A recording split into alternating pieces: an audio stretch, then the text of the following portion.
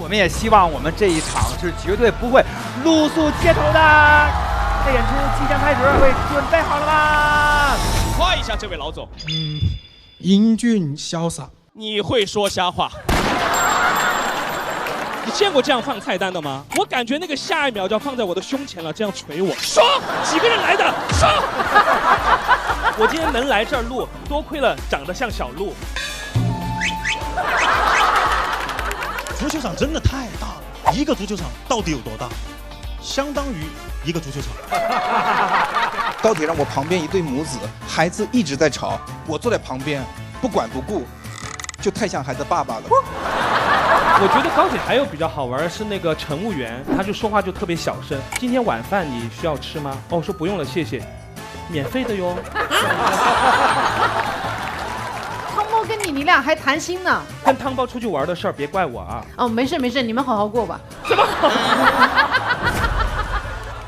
闲鱼便宜，闲鱼集市更便宜。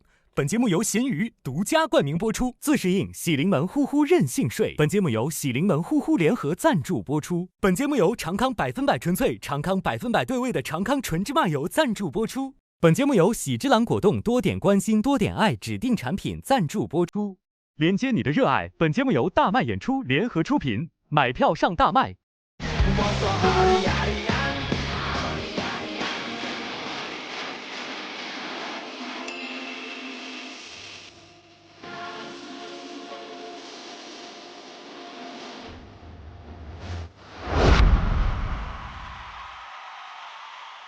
上微博搜索不好笑就露宿街头进入话题页，点击露宿街头的好笑创意征集参与活动，为你心中的宝藏段子手投票。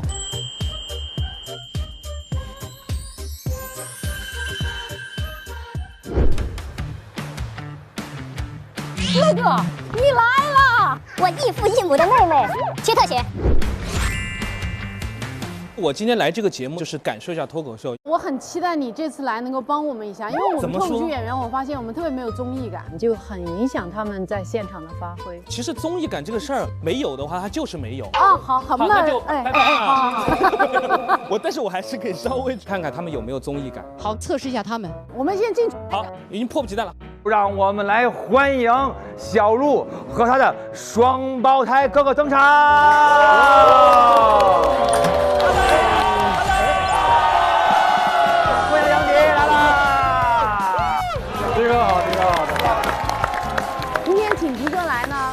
我们觉得迪哥，因为他统治了中国综艺节目80%，不能这么说，瞎说。好，那儿还有半壁江山呢，我就一半。综艺一壁江山，对他一半，他一半，我一半，合起来就全部。接下来就让迪哥看看你们有没有综艺感。先认识认识你。大家好，我叫孙玉，我来自南京，我长得不帅，但是长得很有个性。什么玩意儿？没有综艺感，把他拖到那个巷子里去。下一位。没有，也没有，你也没有。我是一个 rapper， 还是没有。就是没有。蚂蚁呀，都没有。其实综艺感这个事儿没有的话，它就是没有。没事儿，没综艺感也不影响我们讲脱口秀。其实我觉得有特色，不用压着自个儿那个特色，多试几次，找到自个儿节奏就行。对。好，新人的演员上场名单是：第1名柳三变，谷歌、包可爱、孙玉、大汉。祝各位一起成功！今天我们绝对不会露宿街头的。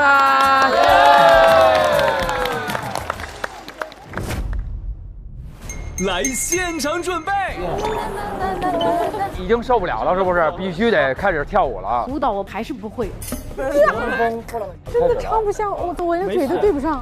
我们俩一上去就要开始跳吗？一上去就跳。我有点紧张，因为我其实没录过脱口秀节目。你肯定没问题。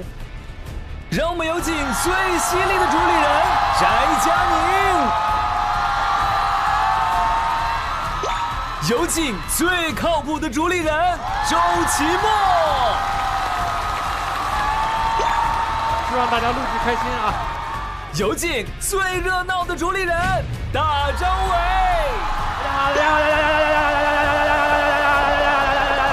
玩的开心呐！来啦！有请迪哥小鹿带来开场秀表演。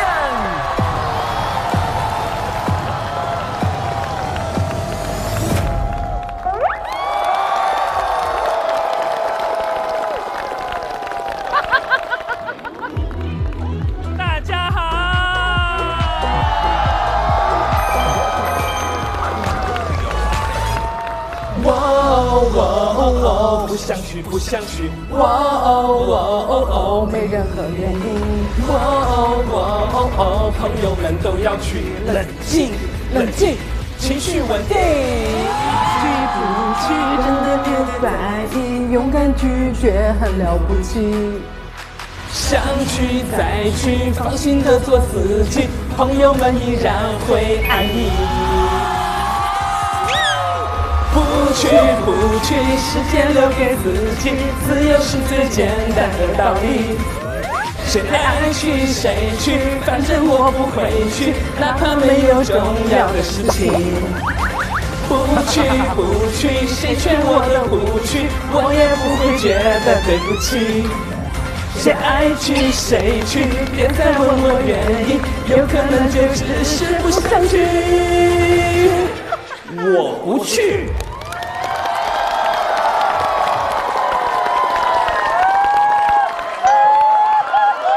好棒，小鹿真的很棒。小鹿这段表演已经要罚款了，真的。又用的是刘维的原声，然后舞蹈也跳成这个样子，我用余光都怕它影响我。没事没事，结束了结束了。哥哥。很少见，真的很惊喜，很少见过这种手语类的舞蹈。为什么要一上来唱不去这个歌啊？因为大家现在都有些社交方面的问题嘛，可能有些无效社交不想参加，这个时候你不方便拒绝的时候，直接就放这首歌不去。其实这首歌也可以用在那种比较浪漫的环境里头。有人求婚说：“你可以娶我吗？”不去不去，谁见我都不去。哎，我们知道杨迪跟小鹿啊是兄妹，网上老这么说，我觉得哪儿像，一点都不像。就是我最早参加一个辩论节目的时候，突然有很多弹幕说：“哇，这个人好像杨迪，好像杨迪，好像杨迪。”我当时还心情开始还不认识很复杂，就已经尝试到成名的苦了。那时候就。我想确认一下，是不笑的时候像，还是笑起来更像？我们先来个不笑的哈。不像。再来个笑的。牙很像，牙很像吗？我的烤瓷牙好一些吧？我的假牙更白。我们还有更像的。对，你们俩太像了。咱们拿个缸来给他们养缸里，好不好？行嘞，我们杨迪本身也是品鉴这个幽默呀、好笑的大师啊，今天来就玩得开心啦！好，谢谢。那么各位亲爱的观众朋友们，请你们看，你们手中有这样一个卡片，对不对？所有演出结束后，根据您自个儿的感受进行打分。在单场评分4星以上，评分达到70%以上的，我们就能解锁优酷平台提供的各种奖励。相反，没有达到70%，就要准备露宿街头。10场演出之后，总好评达到70%以上，就能够解锁2026全年的大麦全国巡演。好嘞。那么今天呢，其实给各位一个惊喜，因为大家平时特别喜欢杨迪，看过杨迪很多可爱的表演，但是从来没有看过杨迪演脱口秀，对不对？真的，说实话我都紧张。杨迪要演脱口秀了，哇！那么下面就要有请到的就是二狗来演出，二狗。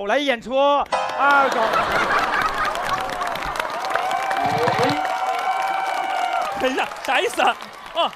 没到我哈。因为有热场大嘉宾二狗。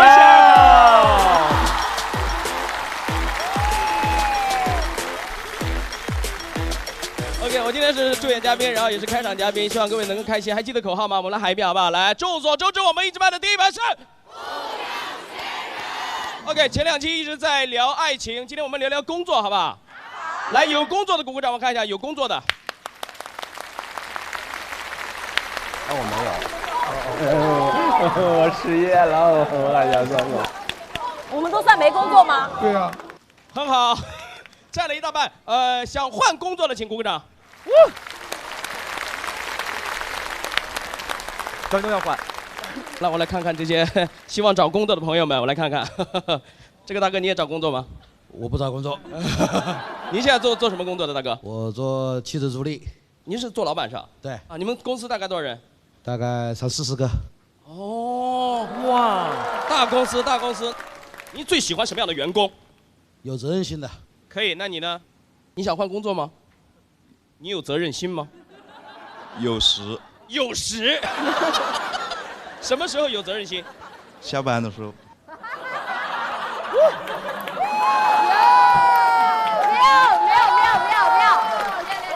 老板喜欢这种下了班还有责任心的员工吗？不喜欢。你那边大概员工薪资能大概说一下吗？有责任心的大概薪资多少？7-8千吧。7-8千，很好了。那问一下中间，这位小哥哥你好，看起来非常的年轻，怎么称呼你呢？小杰。小杰，叫你卢卡斯好吗？卢卡斯这个名字听起来会有一点责任心，知道吗？卢卡斯是什么职业？学生。您现在学的什么专业？经济学。经济学。如果现在有一家公司提供你实习的机会，你会愿意吗？可以，我很有潜力。老板你好，哎你好，你有什么问题想问吗？如果你现在新招员工的话。什么驾照？好，什么驾照？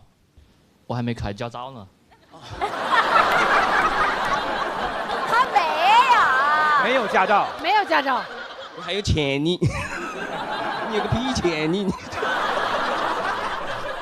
这个租车行没有销售环节吗？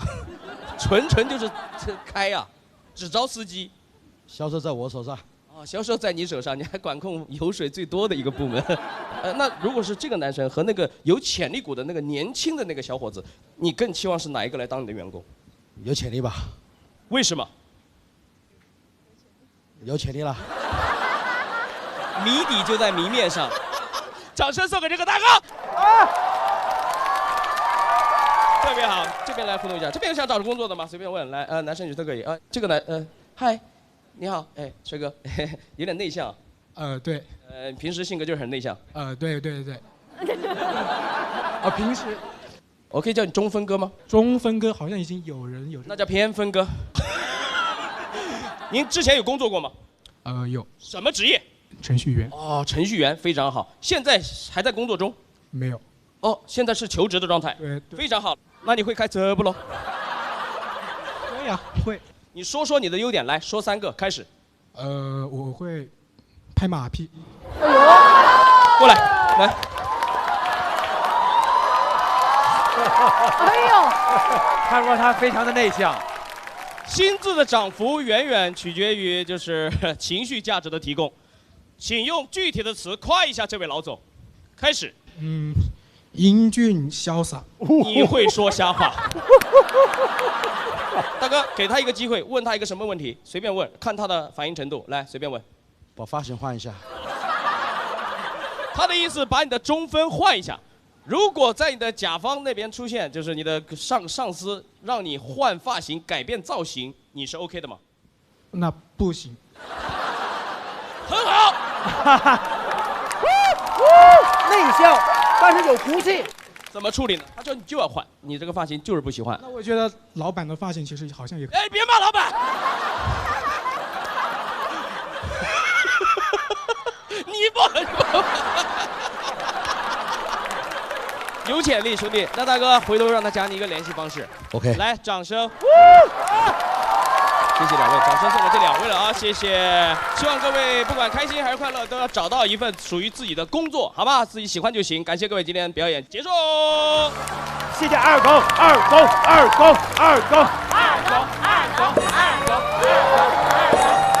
二狗其实来这儿呢，大家都已经玩得很开心了，对不对？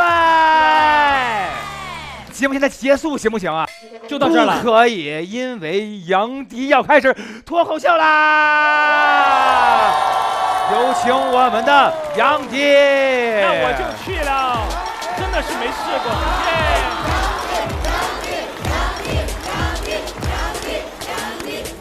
大家好，我是杨迪，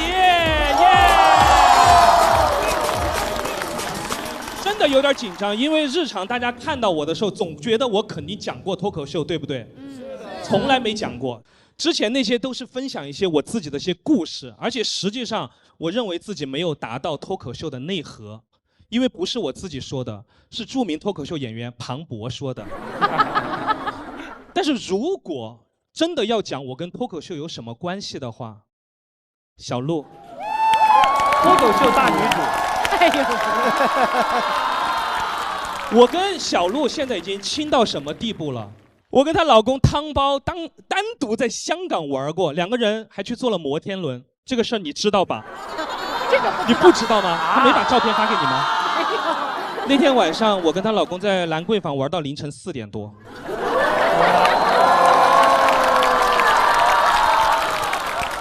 那不叫给小鹿听啊。汤包到后面眼神真的有点迷离了，他看见我的杨迪没有开玩笑，因为我跟他们夫妻俩关系都很好，我们都住在上海嘛，所以有时候会约起来一块玩。之前有约过一起玩桌游，那天汤包他们夫妻俩要去那边玩的时候，我就在想，哎，我在家里卤一个鸡爪带过去，给外国人带鸡爪子。但是我又觉得，哎呀，给外国人带鸡爪子会不会吓到他哈？所以我那个时候非常认真，把每一个鸡爪子的指甲都剪了的。我就这样子，免得他们觉得这个中国人留下不好的印象。结果到了以后，一拿出来汤包，哦，我们不吃动物的肉，吓得要命。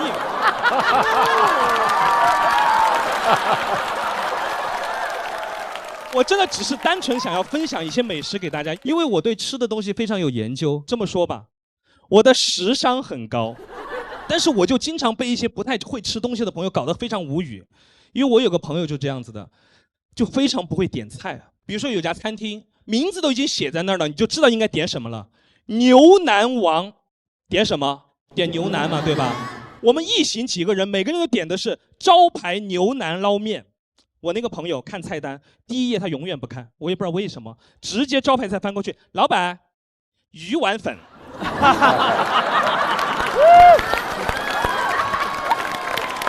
OK， 确实那个鱼丸粉味道也非常一般哈。吃完之后，当天晚上的一个宵夜，我们吃了一个甜品，芝麻糊专家。我们进去以后，每个人都点芝麻糊，他开始点，第一页绝对不看，杨枝甘露。然后，杨枝甘露端上来，好难吃，而且他看着我们的，你们吃的是什么？好香啊！我说芝麻糊，黑芝麻糊专家芝麻糊。其实每个人喜欢吃什么东西都可以，但是我会觉得，既然已经来到这家店，牛腩王、芝麻糊专家，是不是要吃这家店最好吃的东西？这样才不虚此行嘛。所以我呢，就是非常爱吃东西，所以每家店、每顿饭对我来说也非常重要。所以我选餐厅就是有自己的独门绝招。大家选餐厅可能都是看好评，对不对？我不看，我看差评，一定要看差评，因为好评可能是大家就是刷出来的，但是那个差评大概率都是人写的。比如说一家餐厅哈，他写上菜太慢了，哎，这么慢你还在这儿等，好吃，应该是好吃的。来，再看评论，分量太少了，是不是吃完了？物以稀为贵，绝对好吃。老吃家，老吃家。所以大家看这些评论，他写来写去都不会写这家东西不好吃，因为他没有办法昧着良心写它不好吃，因为真的好吃。大家一定要学我，就看那个差评，包括那种服务态度太差了，这个大概率也是好吃的，因为就是因为他们家东西好吃，他才有底气态度差，是吧？但是哈，态度也不能太差了。马上都想哭了。有一次我有个朋友推荐我一家粥底火锅，说特别特别好吃，但我朋友打电话说他可能要晚到一会儿，让我们几个先过去吃，我就去了啊。当时还没有到饭点儿，所以说位置比较空，就选一个比较偏僻的位置坐在这儿。刚坐下，招呼我们那个大哥，不要坐那里了，太远了，我上菜很麻烦的。好拽，真的态度好差。但是因为这是朋友找的餐厅，我没来得及看评论。但凡我提前看了评论，知道他态度这么差，我还有个心理准备。上来就这样干，给我干懵了。但是呢，朋友还没来，他找的餐厅，我肯定要等朋友来嘛。没办法，大哥让我坐哪儿，我就坐哪儿了。我刚坐下去，我们所有人全部弹起来了。为什么？吓的。他那个菜单，胶皮菜单，说吃什么？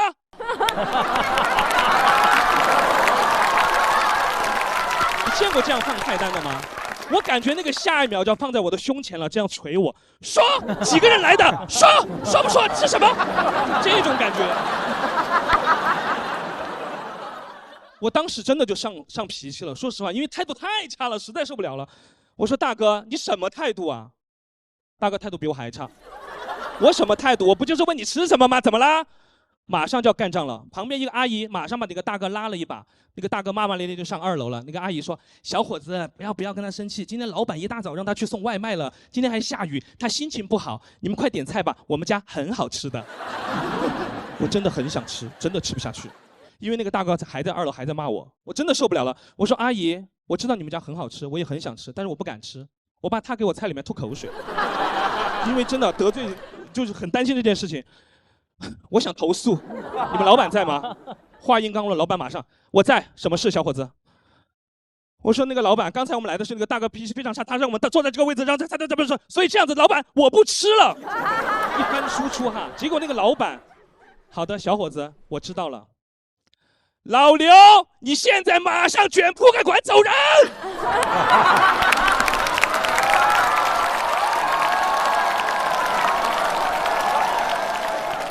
老板比我还猛，我吓疯了，我真的吓疯了。你们知道我当时怎么做的吗？我当场就吓跑了，我头也不回，非常快地走在那个马路上，因为我脑补了一个画面，那个老刘什么都没了，心情也非常差，工作也没了，冲出来追打我，所以我吓得要死。今天因为要给大家讲这个故事哈，我把这家店的那个评论又翻出来看了，越看越想吃。真的，我很好奇这家店到底什么味道，我到现在都没吃到。正在这个时候，我震惊了，我看到一条评论，前台那个大哥态度差到像我们欠了他钱一样，老刘还在那儿上班。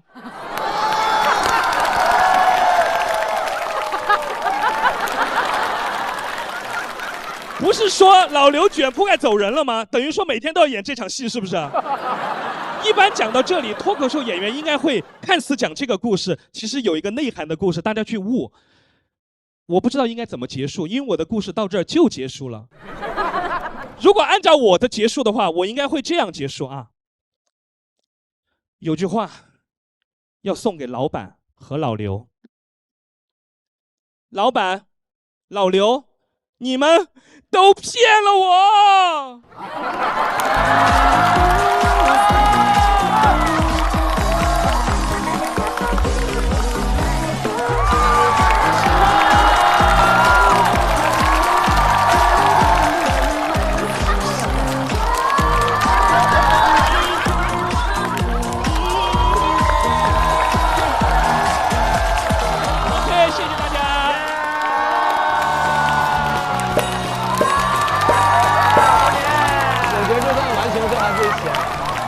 太牛了，他们没有找编剧。这个结束太好了。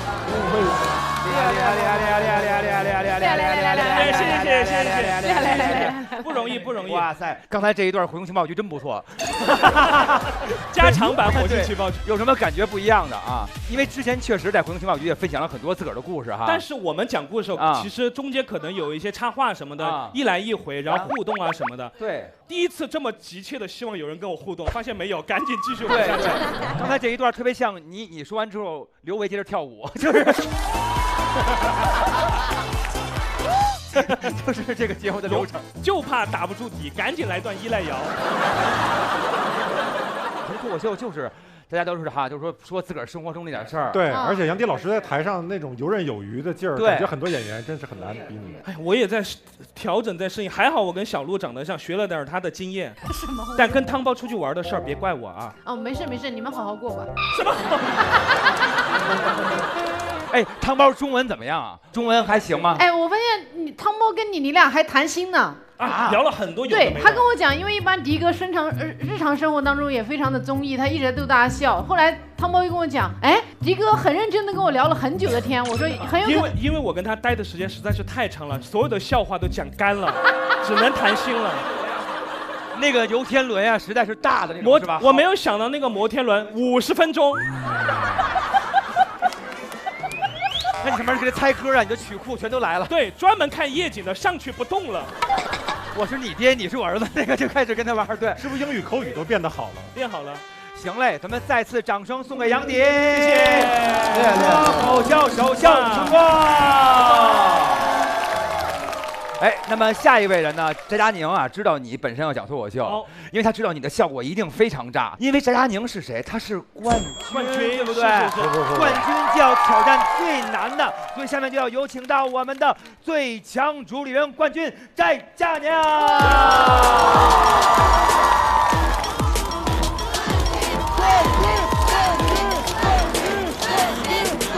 哎，感谢，哎，谢谢，哎呦，别提冠军了，真的，谢谢，哎，行，谢谢，咱们今天聊点这个没有什么特色的家长里短啊，聊点干净的生活观察段子，哎，给各位讲讲，朋友们，你们平时家里头有没有用那种智能家居的？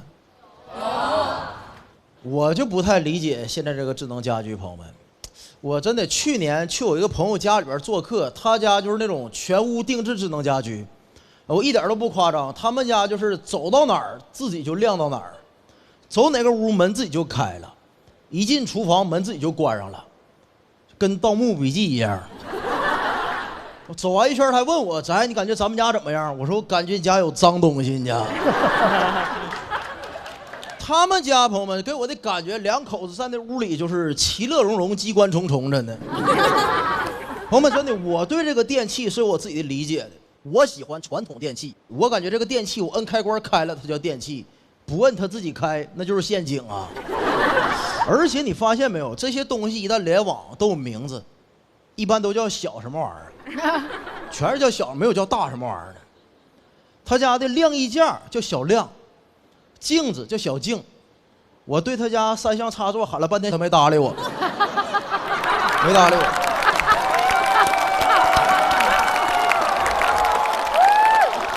完了，其他的就一律归那个小爱同学管了。你就感觉电器之间呢，就等级森严，就跟霸凌一样。小爱想命令谁就命令谁，而且我发现人吧。他一旦用这些电器，他那个语气不自主就变得特别礼貌。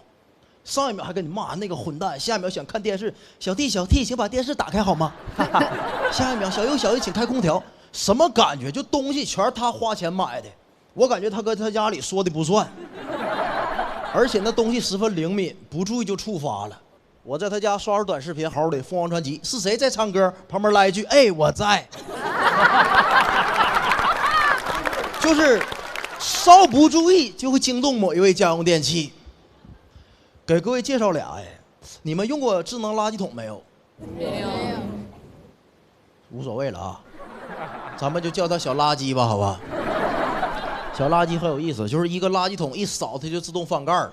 我能理解人懒嘛，但我不明白为什么它加了300多块钱，多了一个功能叫臭氧发生器。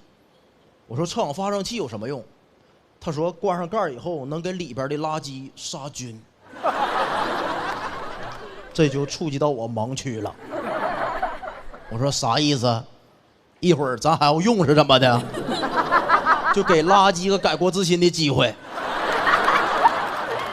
真的300多块钱就一个臭氧发生器，我买那二手的冰箱才200多块钱，都没有杀菌的功能。我当时都恍惚了，想买点菜放他家垃圾桶里存着的呢。但是朋友们，我建议啊，如果你家养狗，咱就买一个智能垃圾桶。他家那狗特别喜欢这垃圾桶，狗一到那垃圾桶面前，垃圾桶就翻盖儿，特别方便那个狗吃垃圾呀。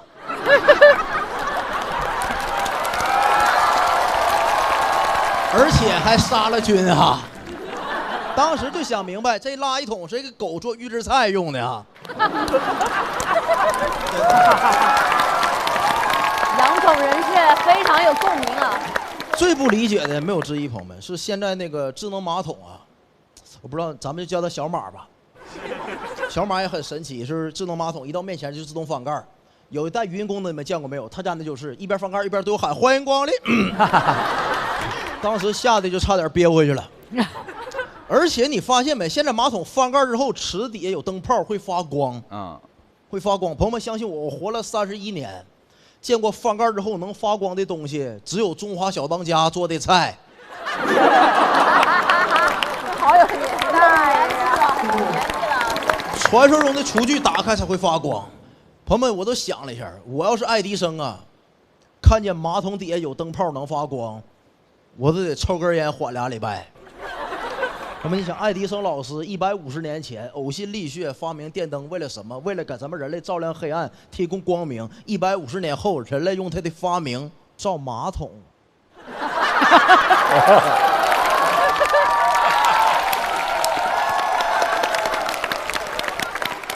真的，我都想过，有一事儿很神奇，朋友们，抽水马桶是1775年发明的，爱迪生是1879年发明的电灯泡。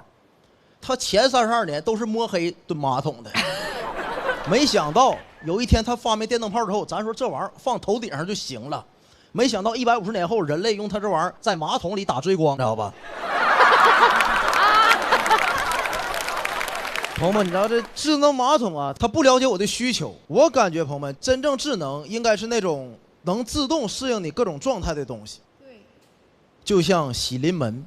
呼呼智能床垫能快速锁定我的最佳入眠姿势，让我呼呼任性睡。新的一年，祝大家用舒适马桶睡智能床垫。谢谢大家，我是翟佳宁，谢谢。翟佳宁冠军，冠军！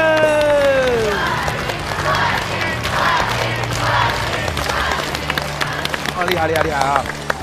行嘞，哎，这个叫什么智能家电这事儿，各位肯定也都碰见过一些事儿吧？非常感同身受。你们遇到过那种在上厕所的时候马桶盖要盖过来了吗？这我是不是太轻了？他感觉不到我的存在，直接夹在那儿。我感觉那个看着看着手机，有人拍我背，然后就感觉哇塞，那个好温暖呀啊！我家那个智能马桶就不是像你们说的那个盖子经常盖起来，它是经常抬起来。就是它那个底下那个感应特别灵敏，我有时候一进厕所一推开门，只是想去洗个手，它立刻就开起来，就感受到你，就感觉像是那种大户人家的仆人一样，就特别卑微。哟，少爷您来了，我说走啊，哎，然后我出去忘了个东西，回来一宿，哎，少爷您来了，我说走。我之前有去一个朋友家住，他们家就全屋都是用那个智能控制的，是那个灯得拍手那种是吧？灯它不是控制，它用声音。然后我晚上睡觉，声控灯。哎，对，就我晚上在睡觉了，我已经快半睡着了，我说关灯，然后不行，就是你的发音不标准，不行，你得这样站起来。关灯，共鸣。哎，一般不都是那种关灯的？我看人都是拍一下开，拍2下关。啊 ，Nobody but you，爸爸关了就是这样，还得跳支舞吧。有些时候有声音也挺吓人。应该是长沙那个高铁站，它那个马桶是那种特别豪华的，它已经不叫做马桶，它叫做肠道水疗仪，它其实就是马桶，但是你一坐下去它就好。喷头已伸出，请对准，它会喊出来。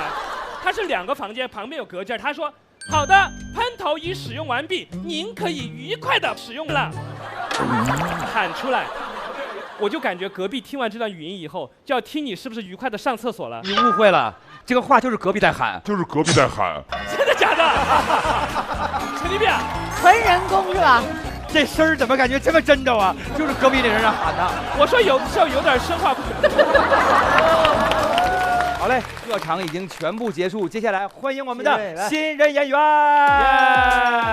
掌声有请经常坐高铁出差的刘三变。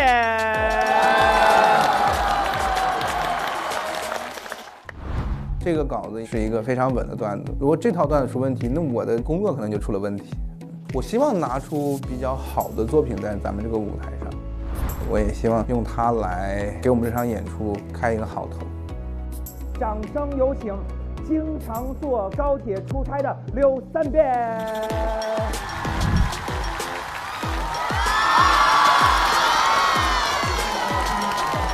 哎 ，Hello， 大家好，刘三变，一个全职的脱口演员，经常全国各地跑来跑去，很幸福啊，能够去不同的地方领略不同的风土人情，但就带来一个困扰，就刚才说到要经常坐高铁全国通行，很烦。原因可能跟大家都一样，因为经常碰到那种特别吵的孩子，对吧？你们在高铁上被孩子吵过吧？有，对吧？我不知道你们平时怎么处理的哈。不瞒你们说，我平时我是不处理的。忍了。你说那怎么处理啊？对吧？孩子行为的确不可控，咱也管不了，忍一下就过去了。但有一天情况很特殊，我必须得管，我必须得处理。那天高铁上我旁边坐着一对母子，孩子一直在吵，一直在闹，我必须得管。你们想象一下，高铁上我旁边一对母子，孩子一直在吵，我坐在旁边不管不顾，就太像孩子爸爸了。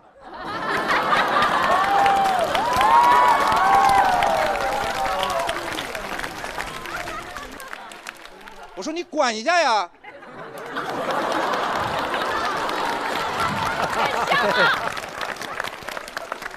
好像是更像了是吧？我说你快管一下你的孩子，多烦，吵到我们。他说我管了，我什么办法我都用了。我说，真的什么办法都用了吗？你最简单你都没用，你打他呀！他说我打他，他不就哭了吗？我说他现在在干什么？你告诉我他在干什么呀？他现在哭，我们所有人都烦躁。你把他打哭了，我们痛快。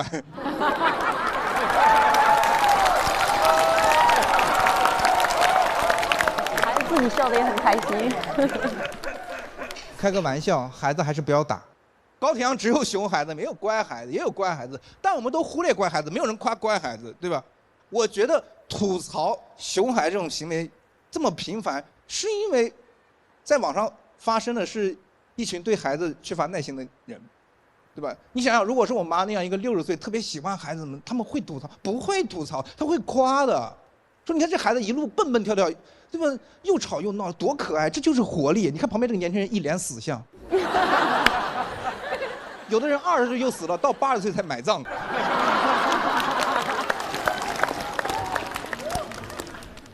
而且，除了孩子吵，其实我们成年人反思一下，我们自己在公共场合也很吵。高铁上成年人也有很多不文明现象呀，比如吃那种味道很大的东西。你碰到，你要是方便面充饥，我能理解，而且方便面的味道在我能接受范围内。我曾经碰到一个人，他在高铁上他吃韭菜盒子。那东西很神奇，它神奇就神奇在你在任何一个封闭空间拿出韭菜盒子，这个空间就会变成韭菜味的盒子。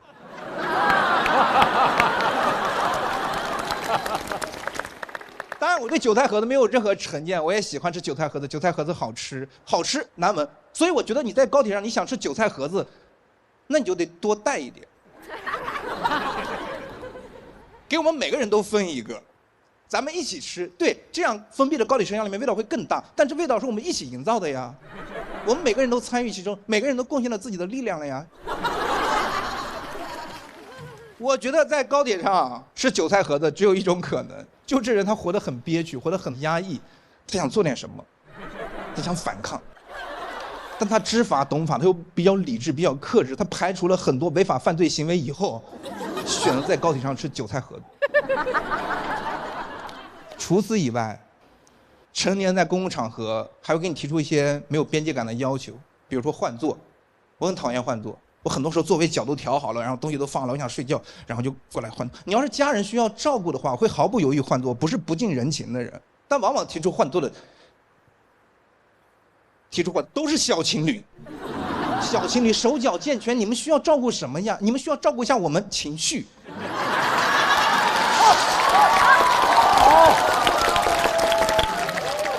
而且手拉手过来，手拉手，我知道你俩相爱。但相爱就一定要在一起吗？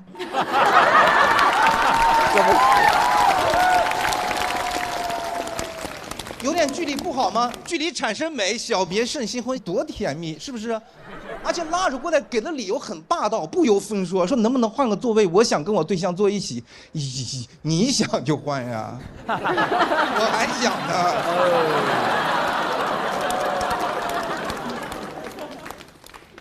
而且你不能就说你想，我觉得你总得给我个真诚的理由，对吧？你心里想什么我知道，把心里话说出来。你就拉着过来说能不能换个座位？我想跟我对象坐一起，因为我路上我想亲他。我会换的，真诚是必杀技，我会换的，我会换的。但换完之后我就会监督了。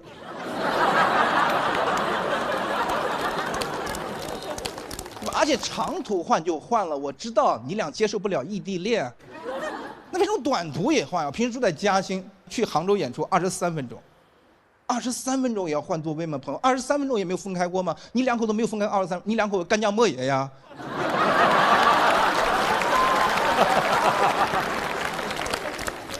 对吧？没有分开过23分钟，在家不上厕所吗？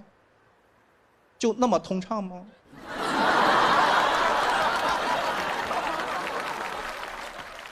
当然台上那么吐槽啊，现实中会给人换的，现实中会给人换，因为我不是那种不近人情的人，是吧？我愿意成全别人，但我愿意成全不代表所有座位都能换。上次有哥们拿自己的 B 座，他拿他的 B 座，拿 B 座来换我的 F 座，那能换吗？啊？中间，那是一个层次的东西吗？B 座3个人中间最挤那个座位 ，F 座2人靠窗，你坐过高铁都知道 ，F 座不是普通座位。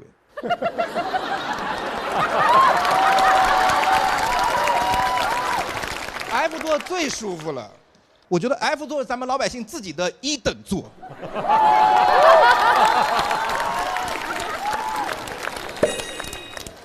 B 座什么玩意儿？啊，谁想坐 B 座？你们谁会主动想坐 B 座？谁打开2306说今天给自己定个 B 座吧？暖和。那 B 座坐在中间，旁边 A 座、C 座大哥相对魁梧点，我都感觉我在坐警车一样。我都怕把我干过事交代出来。B 座换 F 座，说要跟他女朋友坐一起，说明什么？说明他女朋友在 D 座。你为什么不拿女朋友 D 座换别人 A 座、C 座？你坐在 B 座上，你俩不能坐一起吗？啊？就没有这种方案吗？所以你只是想要坐一起那么简单吗？并不是。我都看透了，哥们儿，你想坐一块还坐得舒舒服服的。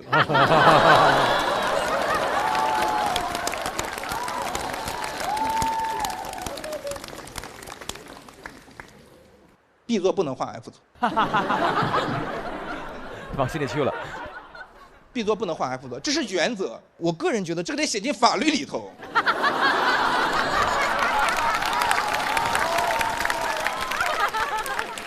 B 座不仅不能换 F 座 ，B 座不能换任何非 B 座。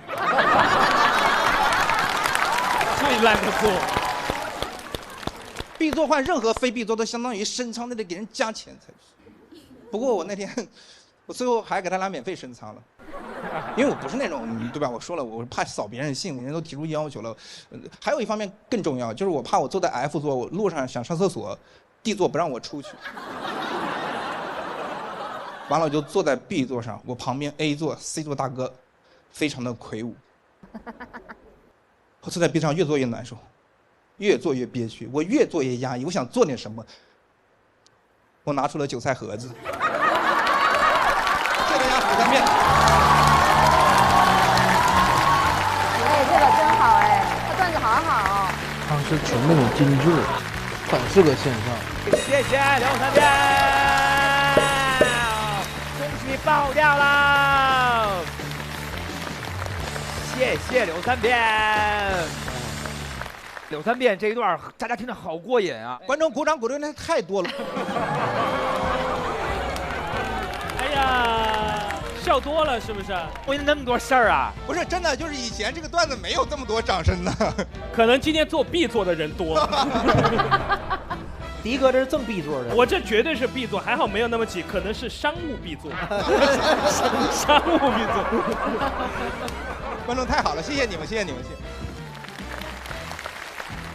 哎，太棒了！今天这个就是又好笑又过瘾，然后又感觉特别的，帮你说话，然后嘴替的感觉，有共鸣。因为这种段子，它可能是我情绪也比较大，大家可能生活中也碰到过这种事情，是吧？我见到过，我之前有一次在一个咖啡馆，我正常点了一杯咖啡嘛，然后坐在那工作一会儿，突然我旁边出现一个人，他真的就是拎着一个韭菜盒子进来，坐在那儿，然后拉开那个塑料袋吃。那一进去感觉天都黑了，我晕，非常香，我给他打差评。是不是有点胖那个人？啊？他也没点喝，他没点喝的，没有点喝的，哇，我觉得他信念感好强。我见过信念感更强的，就一个人吃一个特别，我也觉得那味儿特大，旁边那个人拿香水一直喷他，就这么着，还吃。就这点吃，那吃的多香啊！对，他不管那些，因为他但凡知道这事儿有问题，他就不会再干这件事儿了，你明白吧？对。我觉得高铁还有比较好玩是那个乘务员，有的时候我们可能在那儿听着歌什么，他们就怕打扰你，他就说话就特别小声，但他越小声在你耳边一说话，你会吓得要死。我经常被他们吓得尖叫，然后叫完以后，他说啊，杨先生不好意思，那个今天晚饭你需要吃吗？哦，我说不用了，谢谢，免费的哟。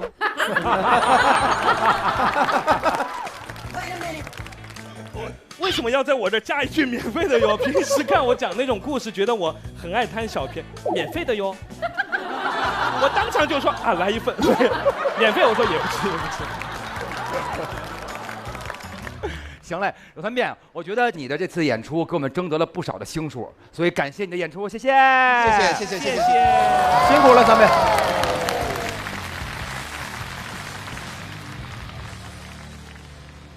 哇，他就是很会写段子，他能抓住特别细小的点，然后不断的往上翻番儿，细腻的情绪、怪诞的角度，又让你共情。我觉得这个是他很厉害的一个点。他是故意的嘛，就是故意给同行秀肌肉。你看看你们讲过那些，不能再讲了吧？我给你们示范一下，这个话题还能再讲，还能再找新的角度。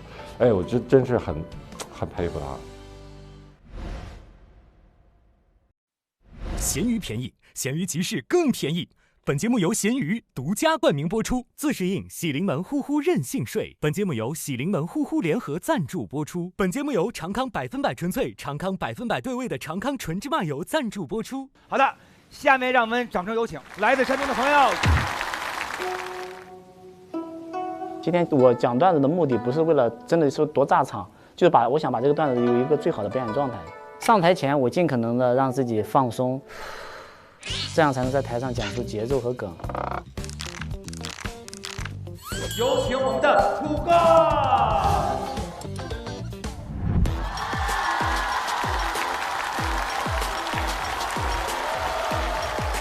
大家好，我楚哥。我和第一个演员不一样，我是一个兼职的脱口秀演员啊。我有个主业，我是在一家世界500强工作。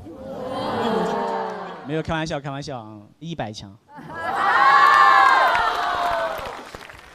其实就是一个普通的牛马，然后其实福利确实还可以，但是收入一般。我现在在青岛生活嘛，然后养2个孩子，生活压力还挺大的。前段时间青岛下大雨嘛，我一个朋友约我吃饭，为了节省15块钱的打车费，我冒雨骑车5公里过去。这到了这都很不理解。你如果冻感冒了，没有钱不是更多？就他哪里知道？我虽然银行卡没有钱，但医保卡有，所以我媳妇儿对我特别放心，她相信我不可能出轨的，因为我如果带女生出去购物都不能去商场，我只能去药店，就我只有在药店才能装成有钱人的样子，我这一排都给我包起来，服务员得惊呆了，大哥，你是有什么大病吧？为了能够多挣点钱嘛，现在除了工作之余，我还在兼职开顺风车啊。上次我陪客户吃饭，喝多了，回家的时候也接了个顺风车。乘客上车很生气啊，我明明选的是独享，你怎么还拉了别人啊？我说你别误会，开车的那是代驾。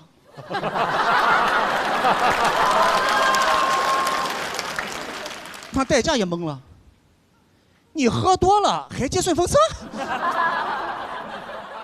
那我也很无奈啊，因为代驾实在太贵了，我哪怕接个顺风车，我挣的钱都不够代驾的一半，所以我就问那个乘客，你会开车吗？他说会，我说师傅你下去吧。那乘客都看傻了，你等等，我也喝酒了呀，要不你叫我代驾吧。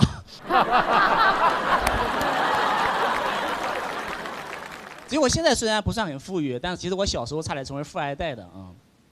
所以小时候我爸是我们村第一批开始在村里创业的人，算是一个农村企业家。所以从我很小的时候，我们家就成了贫困户。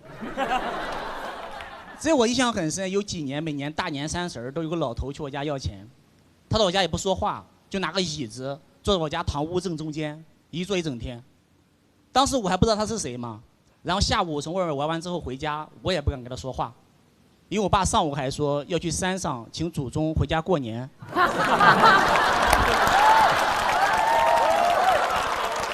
我以为请回来了。后来我实在受不了了，我就问我妈，我说你能看见吗？我妈说来要钱的，我说那就给他烧点呗。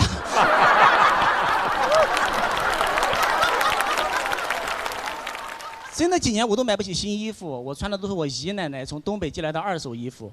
那时候小嘛，很虚荣。有小朋友问我说：“你的衣服怎么那么旧啊？”我就很紧张。我说：“这个衣服是新的，但东北太远了，寄过来就旧了。”他一脸的疑惑：“你的衣服是邮递员从东北给你穿回来的吗？”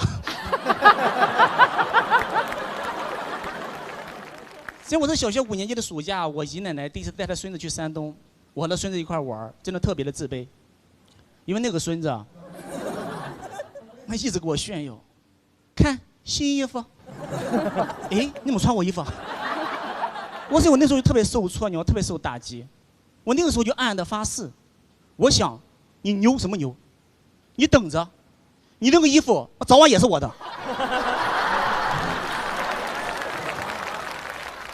所以后来我是通过高考走出了农村，算是改变了命运。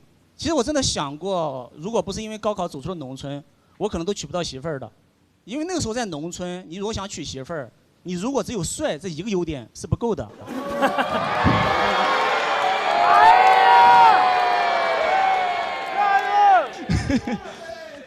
因为我爸年轻的时候就很帅，但俗话说就是贫困夫妻百事哀嘛。就我小时候，我爸妈每天都吵架，但有个好处，不摔东西。因为舍不得，真他们一吵架就放狠话，你信不信？我把咱家的电冰箱给砸了，你信不信？我把车送给别人。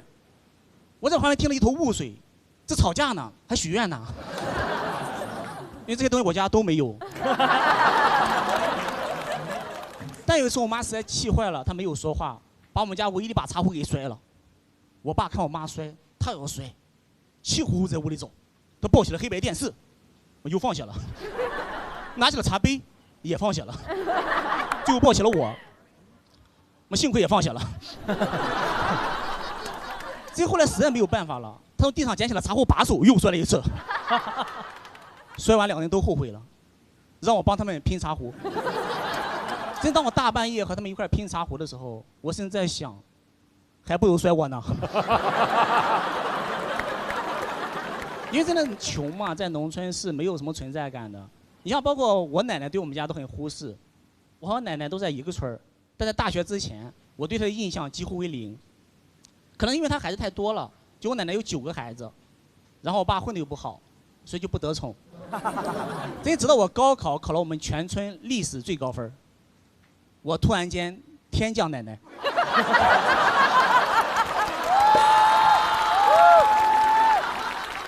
真当时全村的人都在讨论说，老楚家有个孩子考上了山东大学。我奶奶喜欢凑热闹，把头探进去，一脸羡慕。这要是我孙子就好了。不过现在他确实对我好很多了。然后现在为了弥补缺失的亲情，每年过年我去看他，他就会给我讲儿时的故事，讲那种奶慈孙孝的故事。这听得我都很感动。我说，这要是我奶奶就好了。不过说实话，我不怪他，他现在真的是年龄大了。所以我现在每年也会给我奶奶送钱，现在确实好点了嘛，但他反而不要，所以我就买点牛奶什么给他送去。但今年我发现，我给他买的牛奶，他不舍得喝，又卖给了小超市，换成了钱。主要是我70块钱买牛奶，他只能换60，我都傻了。所以我现在确实也不用穿2手衣服了嘛，甚至于我还可以把我闺女不穿的衣服寄回农村老家，给那些农村的孩子。有时候也会收到他们的反馈，虽然只有1句话，但对我的触动很大。他给我发消息说：“都什么年代了，谁还穿旧衣服啊？”所以他们父母用的是最新款的 iPhone， 我都没有用过 iPhone。我给他回消息，我说：“2手的 iPhone 你还有不用的吗？”谢谢我楚哥。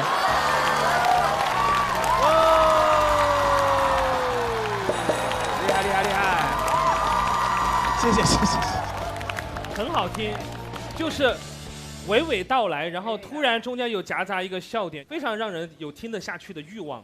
谢谢。口音也不出戏，很棒。刚才说这个小时候家里特别这个经济稍微差一点的时候，都会经历一都会点稍微有一点。但是小时候我觉得好像没有特别觉得家家户户都是那个样子的。对对对，因为我每年过春节的时候都会去奶奶家。我们奶奶家条件也非常非常的差，而且我们住的那个山太高了嘛，水压也特别低，也来不了水，水龙头长期开着。哦。突然来水以后，全家都要金风送喜来，紫金怀。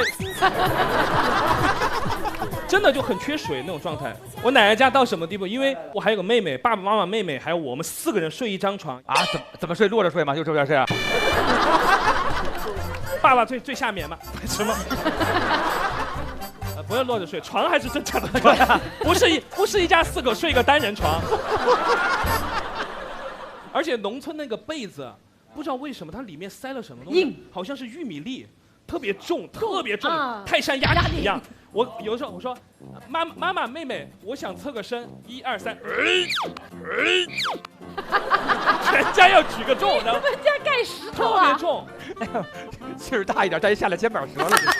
重到什么地步啊？你早上醒了你起不来，得等全家醒了，全家一起起床，1、2、3。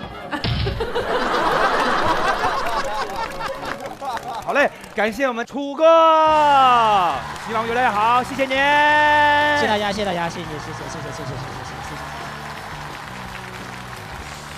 楚哥他是让你有会心一笑的感觉，比如说什么天降奶奶啊这些，他就会把一些现实的事情，但是用一种调侃的口吻给讲出来。我对他的讲的这些段子还是非常有记忆点的。